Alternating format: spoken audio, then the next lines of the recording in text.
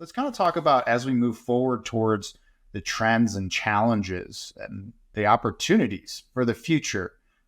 What do you see now that we're in this world we'll call post-COVID for a minute, the Yeah. post-major pandemic disruptive piece, um, when it comes to everything from employee engagement and recruitment to just how our call center is going to be running in the future? Any cool stuff you're seeing trend-wise or challenges that you think are coming up?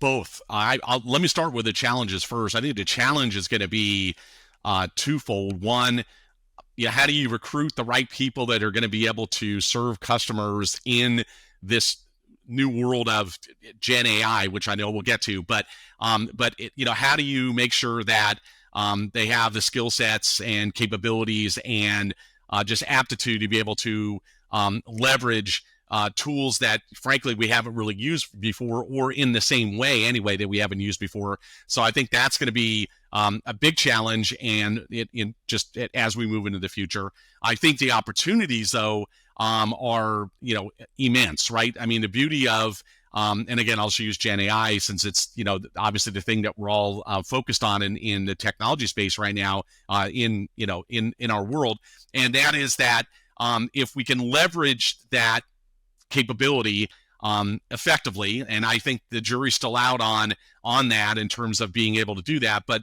the vision is that we're going to be able to do that, right? So we're going to be able to create tools that will again do a better job of identifying the talent that we need to bring on board, that will enable more effective and even personalized training to ensure that the agents are trained properly as they come on board, that will again provide a toolkit on how best to engage employees, from an employee engagement and incentives,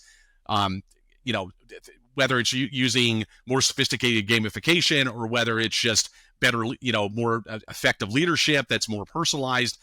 But in other words, the whole point is that the intelligence that's going to come out of Gen AI will, I believe, enable us to do all of those things that much more effectively than we do them today, with all these disparate tools that we're using and trying to put together into something that is effective for everybody. So I think my belief is with Gen AI that it's going to enable all of these things that we're doing today in individual fashion, in a more integrated, effective fashion, because we'll have the more intelligence and insight and integration than we've ever had before.